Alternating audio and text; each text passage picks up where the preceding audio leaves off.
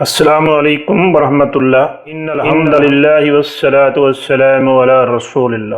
مدینے کے اندر یہودیوں کی ایک کثیر تعداد آباد تھی۔ اسلام کے آنے سے پہلے یہ کہا کرتے تھے کہ ایک پیغمبر آنے والا ہے، اور اس کی اتباع کے لیے بڑے ہی پرجوش تھے کہ جب وہ پیغمبر آئے گا ہم اس کی اتباع کریں گے، کیوں انہیں یقین تھا کہ وہ پیغمبر بنی اسرائیل میں سے ہوگا۔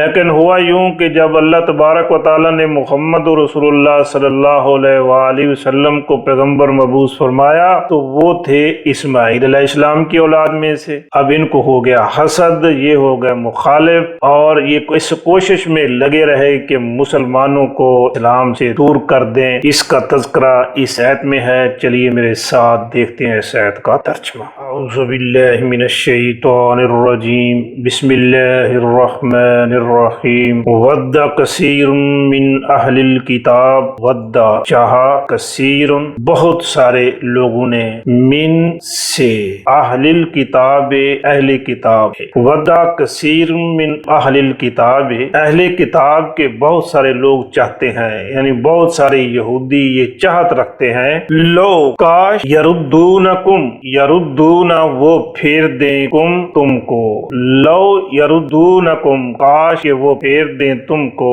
من سے، بعد ایمانکم تمہارے ایمان کے، من بعد ایمانکم تمہارے ایمان لانے کے بعد، کدھر پھیر دیں؟ کفارن، کفر میں، ودا کثیر من اہل الکتاب اہل کتاب میں سے بہت سارے لوگ چاہتے ہیں، لو یردونکم کاش کہ وہ پھیر دیں تم کو، من بعد ایمانکم تمہارے ایمان کے بعد، تمہارے مسلمان ہو جانے کے بعد، کفارن کفر میں۔ اب یہ یہودی ایسا کیوں کرتے ہیں؟ ان کو کیا پریشانی ہے، کیا تکلیف ہے؟ حسدن، حسد کی وجہ سے، من سے، ان دے پاس، انفسہم، انفس نفس جانے، دل، ہم اپنے نفسوں کے، حسد، حسدن حسد کی وجہ سے، من ان دے انفسہم جو ان کے اپنے نفسوں کے پاس ہے، اس حسد کی وجہ تھے، من بعد،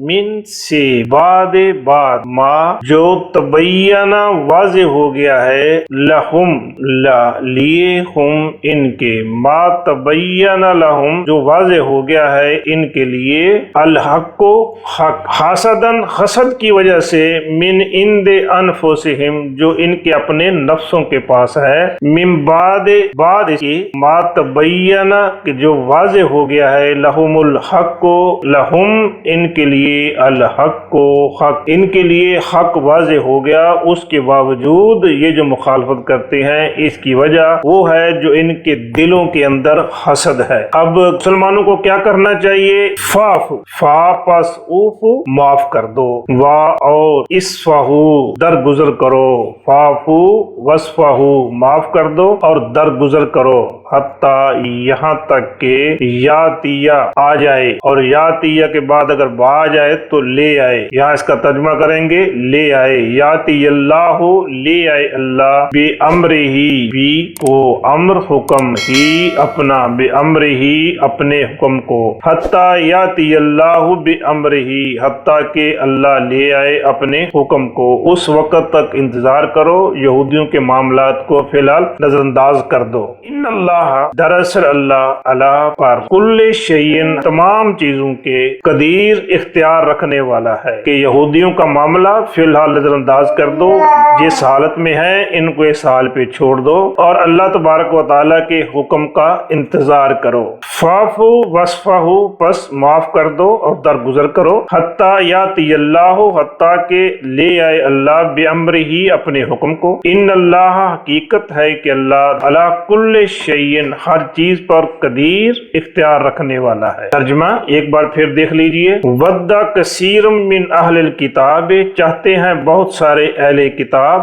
لو یردونکم کاش کہ وہ پھیر دے تم کو، من بعد ایمانکم تمہارے ایمان لانے کے بعد، کدھر پھیر دے؟ کفارن کفر میں۔ یہ ایسا کیوں کرتے ہیں؟ حسدم من عند انفسہم اپنے من کے حسد کے بعد، من بعد ما تبین لہم الحق کو بعد اس کے کہ جو حق ہے وہ ان کے لیے واضح ہو چکا ہے۔ اب اس پر مسلمانوں کو کیا کرنا چاہیے؟